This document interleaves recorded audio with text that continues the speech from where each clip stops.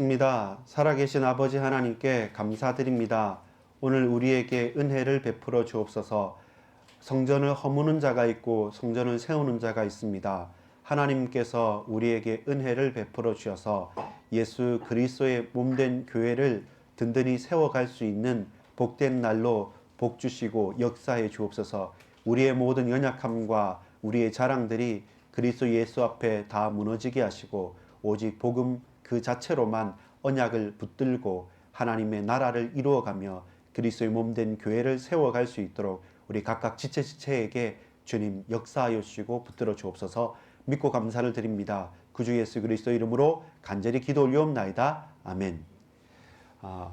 여러분 환영하고 또 축복합니다. 저와 여러분이 하나님 앞에서 예배를 드린다는 것, 그리스도의 몸된 교회를 세워간다는 것, 사람 앞에 서는 것이 아니라 하나님 앞에서 예배드리면서 그리스도의 한 몸된 교회를 그 지체로서의 우리의 역할을 감당해 간다는 것이 무엇보다도 복된 것이고 그 어떤 것과도 바꿀 수 없는 가장 가치 있는 것입니다. 자, 여러분 오늘 이 장면이 어디냐면 드디어 사실 좀 더 누가복음 19장을 보면 예수님께서 예루살렘에 드디어 입성하는 아주 결정적인 장면이 나오는데 그 장면 이후에 이제 예수님께서 예루살렘에 들어오시자 제일 처음 제일 중요하게 생각하면서 먼저 했던 일이 바로 성전에 들어가는 일입니다.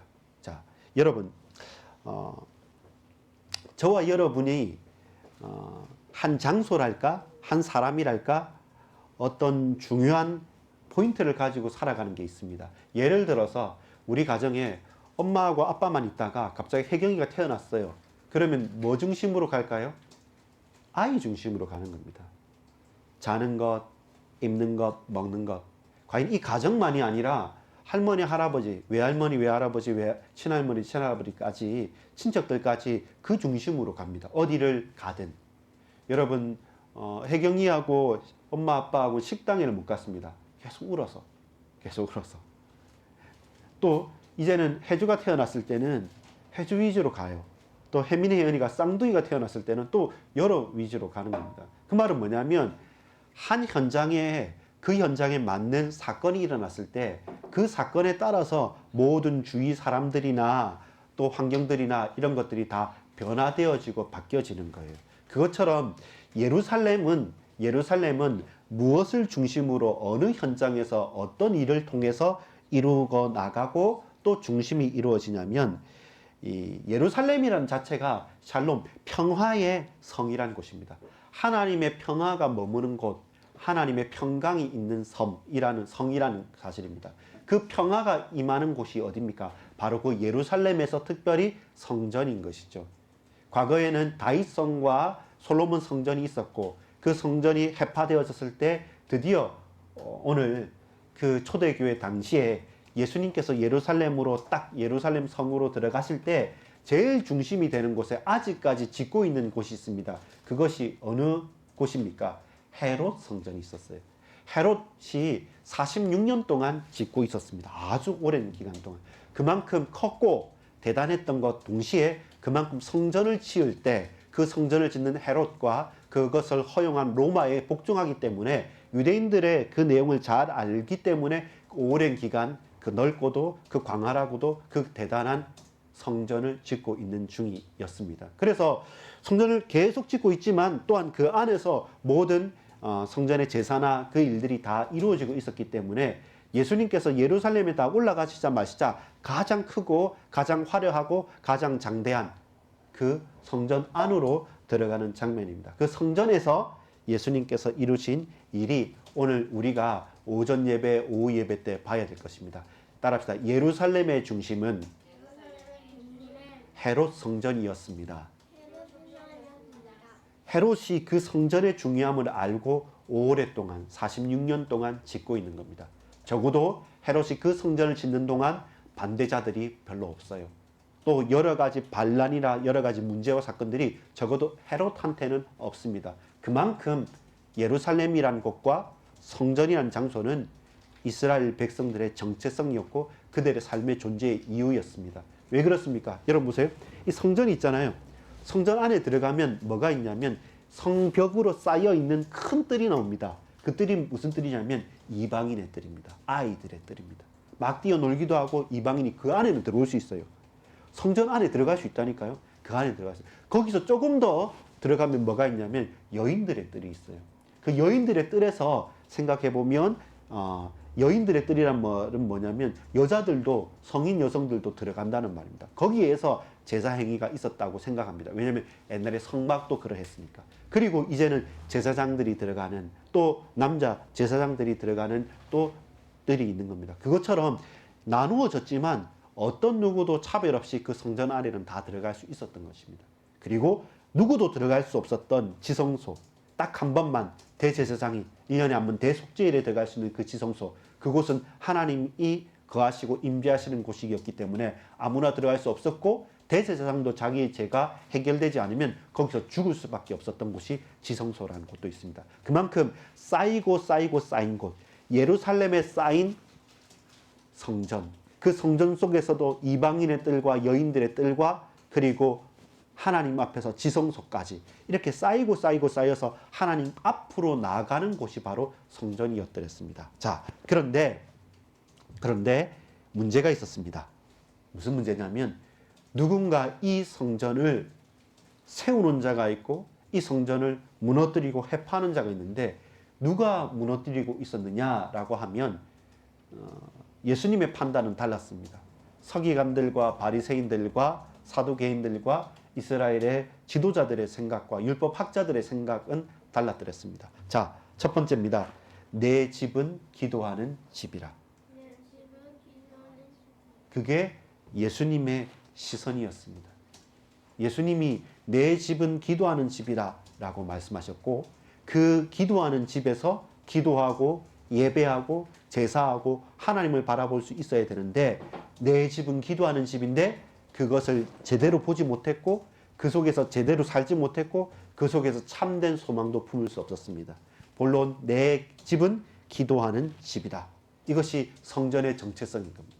누구든지 와서 이방인이더라도 아이들이더라도 그 여인들이더라도 모든 사람들은 다 와서 하나님께 예배하고 기도할 수 있는 것이 그리스도 예수께서 우리에게 말씀하신 하나님께서 약속하신 성전인 것입니다. 그런데 첫 번째입니다. 주의 시선이 머무는 곳입니다. 자, 오늘 본문에는 우리가 45절부터 읽었지만 실제로는 41절부터 예수님께서 뭐 하셨냐면 자, 41절에 보면 가까이 오사 성을 보시고 우시며 예수님께서 우셨습니다. 여러분 눈물에는 두 가지가 있는데요. 하나는 감격하여 기뻐해서 우는 것과 또 하나는 안타깝고 슬퍼서 흘리는 눈물이 있습니다. 똑같은 눈에서 나오는 물인데 하나는 감격과 기쁨이고 하나는 슬픔과 안타까움이 절절하게 묻어 있는 겁니다. 이 41절에 예수님의 눈물은 사람들은 착각할 수 있어요. 무엇을 착각합니까? 예수님께서 예루살렘으로 들어올 때 왕, 호산나 다윗의 자손이여 우리 왕이 오셨다라고 막 박수하면서 모든 사람이 뒤따르면서 오셨기 때문에 감격하여 우셨다라고 착각할 수 있지만 예수님께서는 아주 큰 슬픔을 가지고 우셨습니다. 왜 슬픔을 가지고 우셨냐면 앞으로 40년 뒤에 예루살렘은 완전히 해파된 겁니다. 돌 위에 돌 하나 남지 않을 정도로 이 성전이, 이 예루살렘이 온전히 폭삭 망하게 됩니다. 이 당시 약 5만 명이나 있는데 약 100만 명 이상의 영향력을 입히면서 전체 이스라엘 나라 자체가 거의 멸망하듯이 완전히 무너지게 되고 포로로 끌려가고 이방인으로 흩어지는 장면이 바로 앞으로 40년 후에 예루살렘의 멸망의 사건이 있을 겁니다. 그걸 보고 지금은 이 예루살렘에 있는 사람들이 등등하게 나는 제사장이다, 나는 서기관이다, 나는 율법학자다, 나는 바리새인이다 라고, 나는 누구다 라고, 나는 헤롯 왕이다 라고 말을 하지만 예수님께서 보실 때는 곧 이 예루살렘과 이 성전은 망할 곳이라는 겁니다. 그걸 누구도 볼 수 없는데 예수님은 그걸 보셨다는 겁니다. 그래서 42절에 보면 이르시되 너도 오늘 평화에 관한 일을 알았더라면 좋을 뻔하였거니와 이제 내 눈에 숨겨졌도다. 날이 이를지다 내 원수들이 토둔을 쌓고 너를 둘러 사면으로 가두고 또 너와 및 그 가운데 있는 내 자식들을 땅에 내어치며 돌 하나도 돌 위에 남기지 아니하리니 이는 네가 보살핌을 받는 날을 알지 못함을 인함이라 하시니라. 그렇게 화려한 대단한 헤롯 성전과 그렇게 평화가 임하는, 평화가 깃드는 곳이라는 샬롬, 평화의 성인 그 예루살렘이 폭삭 멸망할 것을 예수님은 아셨다는 겁니다. 그것이 주님의 시선입니다. 하나님의 시선이 임하고 예수님의 눈이 임하는 그곳, 거기에 저와 여러분의 마음과 중심이 쏟아져야 됩니다. 그렇다면 뭐 해야 됩니까? 아, 하나님, 이 예루살렘 지금 든든해 보이고 이 헤롯 성전 지금 최대한 좋아 보이는데 근데 이것이 망하게 됐습니까? 하나님께 의지하지 않고 하나님의 말씀을 듣지 않고 돌이키지 않았기 때문에 망하게 되었습니까? 세례 요한이 그토록 부르짖고 세례를 베풀었지만 그러나 회개하지 않고 돌이키지 않았단 말입니까? 우리가 주님 앞에 나갑니다. 주님 우리를 구원해 주소서 해야 하는데 그들은 아무 감각이 없는 거예요. 아무 경각심도 없는 거예요. 그냥 어제처럼 오늘도 먹는 겁니다. 그냥 지난주처럼 지금도 일하며 사는 겁니다. 그때처럼 지금도 그대로 살아갑니다. 왜냐하면 별 감각이 없어요. 별 이상이 없어요. 그렇기 때문에 우리는 눈은 있어도 보지 못하는 거예요. 귀는 있어도 듣지 못하는 거예요. 입술을 벌려 말할 수 있지만 정작 무엇을 말해야 될지 모르는 겁니다. 그것이 내 집은 기도하는 집이라는 예루살렘 성전에서 주님이 보신 겁니다. 아, 이들이 장차 멸망할 것이고 돌 위에 돌 하나 남지 않고 무너지겠다는 것은 완전히 끝장난다는 겁니다. 근데 어느 한 사람 그것을 영안을 열어서 볼 수 있는 사람이 없는 것을 보시고 41절에 가까이 오사 성을 보시고 우시며 왕으로 떠받들여 주셔서 예루살렘 올라왔는데 예수님은 눈을 들어서 성을 보고 눈물을 흘리시고 우셨다는 겁니다. 그때 저와 여러분도 예수님의 시선, 우리 주님의 시선, 하나님의 시선과 동일하게 맞추고 이 현장의 아픔을 알고 같이 울 수 있고 같이 기뻐할 수 있고 같이 돌이킬 수 있어야 되는데 우리의 시선 또한 너무나도 냉랭하고 우리의 시선과 관심조차 없는 것입니다. 여러분 우리도 공부 잘해야겠죠? 등급 잘 맞아서 좋은 대학 가야겠죠? 연봉도 많이 받아야겠죠? 사람들한테 인기 얻어야 되겠죠? 그런데 망할 것이라고 한다면, 망할 것이라고 한다면, 완전히 무너질 것이라고 한다면, 그렇다면 그 영혼을 구원하는 것과 우리가 하나님 앞에 언약을 붙드는 그것에 우리가 집중하고 마음을 쏟아야 할 것입니다. 내 집은 기도하는 집이라. 주의 성전에서 우리는 주님의 시선에 눈을 맞추어야 됩니다. 두 번째입니다. 두 번째 45절부터 48절에 보면 예수님의 분노가 나옵니다. 주의 분노가 나옵니다. 그런 시선으로 딱 보는데 여러분 어디입니까? 45절 같이 한번 읽어볼게요. 엄청 중요합니다. 시작. 성전에 들어가사 장사하는 자들을 내쫓으시며. 여러분 보세요. 성전에 예루살렘 성에 들어왔죠. 그리고 예루살렘 성에 약 5분의 1이 될 만큼 그 넓고 그 광활한 누구든지 올 수 있는 이방인들까지 들어올 수 있는 그 예루살렘 성전 헤롯 성전 안으로 들어갔는데 들어가자마자 뭐가 있었냐면 이방인들이 기도하는 것이 아니라 들어가자마자 뭐합니까? 장사하는 사람들이 있는 겁니다. 자, 이 장사하는 사람들이 누굽니까? 이 장사하는 사람들이 누구냐 말이에요. 이방인들이 거기서 기도하고 거기에서 머무르고 거기에서 하나님을 바라볼 수 있도록 장소를 깨끗하게 하고 비켜줘야 되는데 장사하는 사람들이 누구와 짰습니까? 그 아무나 장사할 수 있는 게 아닙니다. 그 성전 안에 들어가려 하면 제사장들과 서기관들과 바리새인들과 율법학자들과 지도자들과 왕이 인정을 해야 돼요. 인정을 해서 성전에 들어와서 장사해라. 장사하면서 너희가 장사할 때 돈을 남기면 그거 너희도 가져가지만 우리 성전에서 판 거기 때문에 몇 %는 성전세로 내라 라고 하는 겁니다. 여러분 이스라엘의 모든 유대인 백성들은 유대인들 남자들은 성인 남자들은 누구나 막론하고 1년에 3번씩 예루살렘 성전에 들어가서 하나님을 만나는 예배를 드리는 것이 그 사람들의 정체성이에요. 언제냐면 6월절, 77절 그리고 초막절이 될 때는 내가 유대인이다 그리고 성인이다 남자라고 한다면 어떤 먼 곳에 있더라도 항상 그때는 성전에 들어가야 돼요. 성전에 들어가면서 예배 드리고 제사 드리는 일들 누구나 해야 돼요. 가면서 여자들도 아내도 같이 갑니다. 가면서 이방인들도 같이 갑니다. 그러니까 거기는 늘 붐비는 곳이에요. 늘 붐비는 곳이기 때문에 저기 먼 곳에서 흠없는 양을 가지고 올 수도 있는데 그게 힘들 수도 있고 그게 어려울 수도 있기 때문에 항상 이 사람들은 독점권을 가지고 성전 안에서 장사를 합니다. 저기 그 양을 가지고 오다가 그 양이 흠이 있어지고 다쳤네? 그런데 그거 하나님께 못 드린다. 자, 이 양으로 해라. 근데 여러분 보세요. 가지고 온 양보다 지금 주는 양이 더 안 좋아요. 그런데 이걸로 해야지 하나님께서 받으신다고 거기서 강압을 하니까 어쩔 수 없이 바꿔야 돼요. 근데 그대로 바꾸는 게 아니라 이건 거룩한 거니까 돈을 더 내라고 그럽니다. 또 돈을 가지고 와서 돈을 낼 때도 이 돈을 헌금하려는데 그 돈 말고 깨끗하게 된 좋은 돈이 있으니까 이걸로 바꾸라는 겁니다. 그러면 10,000원에 10,000원을 바꿔야 되는데 10,000원을 바꾸는 게 아니고 15,000원 내야지 이 깨끗한 돈 10,000원하고 바꾼다니까 완전히 강도가 된 겁니다. 완전히 장사치만 된 겁니다. 그렇게 장사가 잘 되니까 누가 있겠습니까? 상인들만 넘치는 거예요. 장사가 사람 많이 오니까. 그러니까 적어도 이방인이 들어와서 예배 드릴 그 아이들이 같이 있어야 될 그 뜰이 어떻습니까? 장사하는 것과 돈 바꾸는 것과 또 여러 가지 세금 내는 것과 이런 것 때문에 정신이 없는 거예요. 정작 내 집은 기도하는 집인데 이방인이, 아이들이, 여자들이 그리고 주의 백성들이 기도할 수 있냐면 기도할 분위기도 안 되고 복잡한 거예요. 여러분 우리 아침에 와서 예배하고 중심으로 기도하고 교회에서 이것만 잡히지 않아도 계속 분주하게 되는데 이 성전에 그 먼 곳에서 왔는데 오자말자 돈도 잃어버리고 강탈을 당하고 복잡하고 다단하고 이게 뭐지 싶으면서 점점점 하나님만 빼버리고 모든 것들이 있는 거죠. 그러니까 어떻게 됩니까? 예수님께서 분노하신 거예요.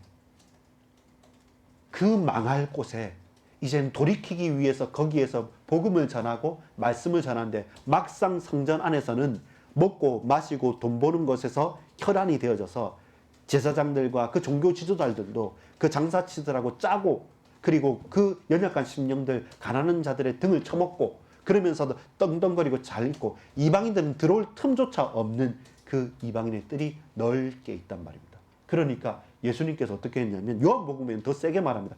채찍을 만들어가지고 상을 뒤엎어버리고 채찍질을 하면서 쫓아내버렸다는 겁니다. 그러니까 어떻게 됩니까? 이게 성전 정화라는 겁니다. 예수님께서 성전을 깨끗하게 하셨고 성전을 더럽게 한 사람은 누굽니까? 장사한 사람들이 아니에요. 그 장사한 사람들을 인정해 주전 제사장들과 종교 지도자들이 있었다는 거예요. 자기들이 와서 장사한 게 아니에요. 그들은 내 권위를 이용해서 내 지위를 이용해서 계속 돈 버는 것에 혈안이 됐던 거예요. 적당하게. 왜 그렇습니까? 이제 오후 예배도 나올 것인데 그 서기관들과 외식하는 자들을 주의하라고 합니다. 2렙돈을 내는 그 과부와 다르게 그들을 조심하라고 합니다. 예수님의 분노입니다. 주님의 분노입니다. 하나님의 진노입니다. 그걸 저와 여러분 같이 봐야 돼요. 주의 시선이 임하는 곳 그리고 동시에 그 시선이 성전으로 임했을 때 그 성전에서 이방인이 기도하고 예배할 수 없고 아이돌이 뛰놀면서 예배할 수 없게 만들었던 것 그것을 분노하시고 예수님께서 상을 뒤엎으신 것입니다. 자, 45절 46절을 이 생각을 하면서 같이 한번 읽겠습니다. 시작. 성전에 들어가사 장사하는 자들을 내쫓으시며 그들에게 이르시되 기록된 바 내 집은 기도하는 집이 되리라 하였거늘 너희는 강도의 소굴을 만들었도다 하시니라. 이사야 56장 7절에 보면 내가 곧 그들을 나의 성산으로 인도하여 기도하는 내 집에서 그들을 기쁘게 할 것이며 그들의 번제와 희생을 나의 제단에서 기꺼이 받게 되리니 이는 내 집은 만민이 기도하는 집이라 일컬음이 될 것입니다. 이사야 선지자를 통해서 약속하신 거예요. 이곳에서 예배하고 이곳에서 제사 지내고 이곳에서 찬양하고 이곳에서 하나님을 높이는 말 그대로 만민이 내 집은 모든 백성이 기도하는 집이 되리라. 이것 때문에 성전이 필요했던 거예요. 마찬가지로 예레미야서 7장 11절에 보면 내 이름으로 일컬음을 받는 이 집이 너희 눈에는 도둑의 소굴로 보이느냐 보라 나 곧 내가 그것을 보았노라 여호와의 말씀이니라. 이것을 미리 봤던 거예요. 예레미야가 예언하는 겁니다. 이 집이 이 만민이 기도하는 집이 강도의 소굴로 바뀌어져 버렸다는 겁니다. 그래서 예수님께서 어떻게 합니까? 그걸 뒤집으신 거예요. 뒤집으신 거예요. 성전 중요한 곳입니다. 그런데 그 성전에서 하나님 앞에 나가지 못하면 그 성전도 뒤집어져야 되는 거예요. 자, 근데 왜 그렇냐면 요한복음 2장 21절에 보면 그러나 예수는 성전된 자기 육체를 가리켜 말씀하신 것이라. 이 말은 뭐냐면 제자들이나 사람들이 했습니다. 당신이 왜 성전에서 무슨 권위로 그 성전에서 이 일을 했습니까? 라고 할 때 이 성전이 사흘 만에 허물어지고 사흘 만에 다시 짓는다 그러니까 이 깜짝 놀라서 무슨 46년 동안 지었던 성전을 사흘 만에 헐고 다시 짓는다라고 말할 때 그 성전은 누굽니까? 성전된 자기 육체를 말하는 겁니다. 결국 뭡니까? 예수님 당신이 성전인 것입니다. 예수 그리스도 그 이름을 붙잡고 나갈 때 예수 그리스도 이름으로 우리는 하나님께 예배하고 하나님을 만나고 하나님의 자녀로서 우리의 모든 것들이 바뀌어지게 되는 것이죠. 그래서 예수님께서 십자가 지셨을 때 성전 지성소 안에 휘장이 쫙 갈라지면서 이제는 더 이상 제사장들이 기도하거나 제사장들이 예배하지 않고 누구든지 예수 그리스도의 피를 의지하여서 그리스도 예수 이름으로 담대하게 하나님께 나가게 되는 겁니다. 그래서 성전은 누구십니까? 그리스도 예수이십니다. 여러분 구약을 보세요. 그 성전이 누구 있습니까? 성막과 지성소 언약궤가 누구입니까? 누구를 예표하는 겁니까? 그 언약궤 안에 만나 담은 항아리와 십계명의 두 돌판과 그리고 아론의 쌍난 지팡이를 통해서 참 왕이시고 참 선지자시고 참 제사장이 되시는 그 메시아가 오셔야지만 우리는 된다. 그 사실을 계속 붙잡고 그 언약궤를 모신 지성소와 그 언약궤를 같이 이동하는 성막, 그것이 우리에게 성전이 된 거예요. 그 성소가 그 성전으로 되어졌고 그 성전된 예수님께서 주인공이 직접 오셨잖아요. 오셔서 이제는 더 이상 헤롯 성전으로 구원받을 길이 없다는 겁니다. 근데 예루살렘에 사는 모든 사람들은 이 예루살렘에 성전이 있으니까 우리는 괜찮다, 좋다 하는 겁니다. 근데 나중에는 망할 거잖아요. 그러니까 예수님 우신 겁니다. 그러면서 뭡니까? 이 성전에서 할 수 있는 게 뭡니까? 이방인들과 여인들과 아이들이 뛰놀면서 하나님께 예배드려야 되는데 그 성전에서 더럽게 그 성전에서 자기 욕심을 채우는 장사치들과 그 종교 지도자들을 예수님께서 뒤집어 엎는 겁니다. 내 집은 만민이 기도하는 집이라는 겁니다. 오늘 저와 여러분이 이 속에서 우리가 나아가야 될, 우리가 붙잡아야 될 중요한 내용을 붙잡아야 됩니다. 사람들이 왔습니다. 찔리는 사람들이 왔겠죠. 자기의 말로는 우리가 헤롯 성전을 짓는다. 우리가 예루살렘 이 성전을 지키는 자들이다. 우리가 있어야지 되지라고 말하던 사람들이 옵니다. 여러분 보세요. 20장 1절에 보면 하루는 예수께서 성전에서 백성을 가르치시며 복음을 전하실 때 계속 예수님께서 예루살렘 오시자마자 성전 중심으로 말씀을 전하시고 가르치시면서 이 성전을 중심으로 사역들을 이루어갑니다. 근데 나름대로 성전을 지킨다는 자들이 누구였냐면 이 사람들이었습니다. 대제사장들과 서기관들이 장로들과 함께 가까이 와서 이 사람들이 누구였습니까? 성전의 권세를 가지고 있던 사람입니다. 성전에서 주인 노릇하던 사람이 대제사장들이고 서기관들이고 장로들입니다. 우리가 성전을 지킨다. 우리가 정체성을 지킨다. 저 이방인들 그이들은 아니다라고 말했던 이 사람들이 4장 2절 같이 한번 20장 2절 같이 한번 읽겠습니다. 시작. 말하여 이르되 같이 읽읍시다. 20장 2절 시작. 말하여 이르되 당신이 무슨 권위로 이런 일을 하는지 이 권위를 준 이가 누구인지 우리에게 말하라. 자, 이 말한 이유가 뭡니까? 이 말한 이유가 틈을 잡아서 예수님을 모함하고 죽이기 위해서였습니다. 갑자기 흔들렸던 겁니다. 왜 흔들립니까? 내가 인정했는데 우리 서로 잘 먹고 잘 살았는데 갑자기 예수님께서 장사치들을 쫓아버리니까 어떻습니까? 백성들한테는 인기가 있었던 거죠. 그래 맞다. 우리가 저 이방인의 뜰에서 이방인들과 같이 예배하고 하나님 찬양하고 해야 되는데 맨날 장사만 하고 너무 복잡했다. 그리고 돈도 막 이상하게 하고 너무 감사합니다 하면서 박수치고 있고 그 성전에서 예수님 계속 가르치니까 자기의 권위가 떨어진 사람이 누굽니까? 대제사장들이요. 서기관들이요. 장로들입니다. 자기의 약점과 자기의 잘못된 것이 딱 드러나니까 이제는 예수님의 말꼬리를 붙잡고 예수님을 넘어지게 하기 위해서 누구의 권위로 왔느냐? 우리는 여러분 보세요. 권위가 어디에 있습니까? 대제사장들 권위가 있습니다.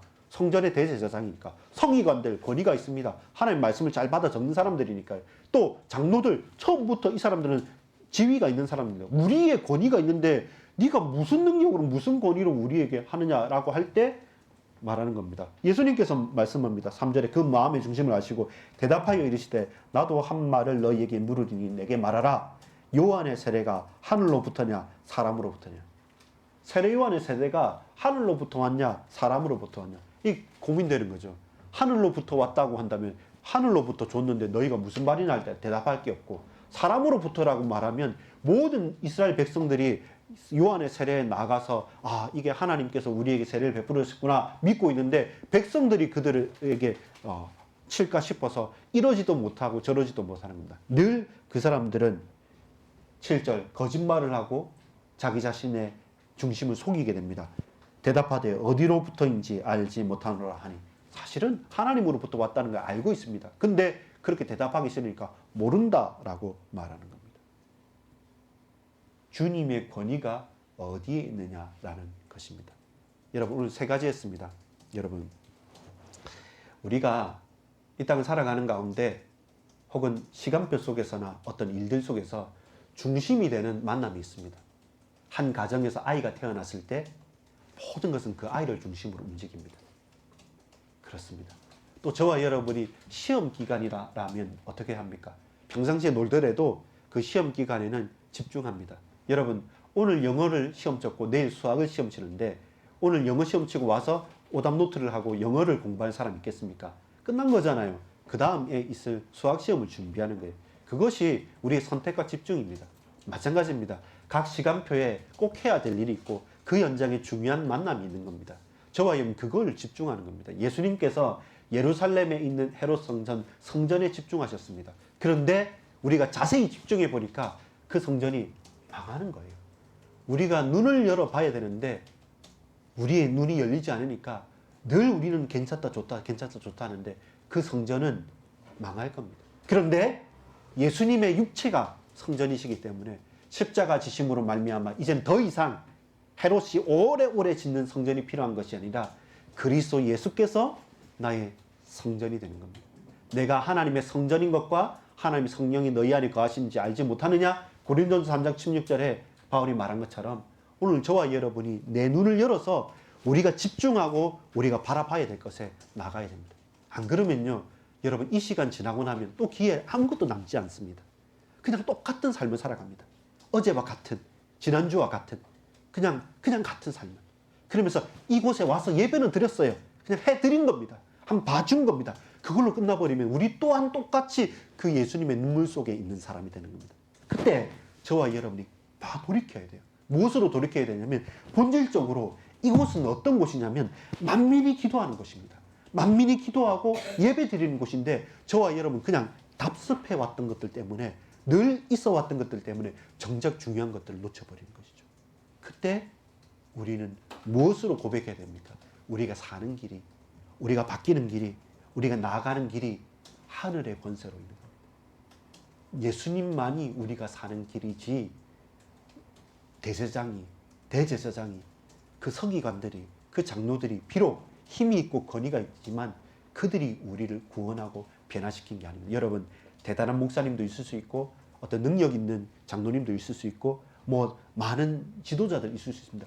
그 사람이 여러분을 구원하거나 보장하지 않습니다. 제가 여러분을 어떻게 할 수 있는 것도 아닙니다. 우리가 그리스도 예수 안에서 하늘의 권능과 권위를 가지고 그 말씀을 붙잡고 오늘 이 하루를 살아가야 됩니다. 그렇지 않으면 이 성전의 축복을 저와 여러분 도리어 성전을 허무는 자들로 바꿔가게 되는 겁니다.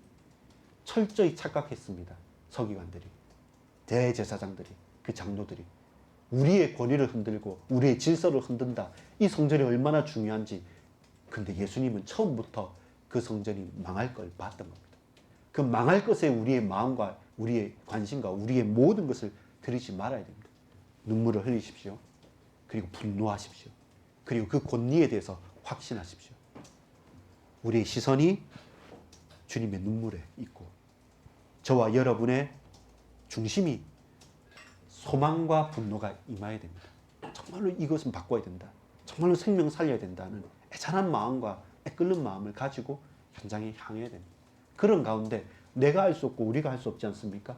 그래서 하늘의 권위를 확신하는 겁니다. 하나님께서 나에게 역사해 주시고 내게 힘 주실 것을 간구하며 가야 됩니다. 안 그러면 우리는 조금 가진 나의 힘, 그걸 가지고 사람을 정죄하고 사람을 압박하고 그리고 그를 흔들려는 곳에 우리 또한 그렇게 유혹당할 수밖에 없게 됩니다. 기도하겠습니다. 하나님, 오늘 이날 이 현장에 하나님의 시선이 임하는 곳에 우리의 눈물이 있기를 원합니다.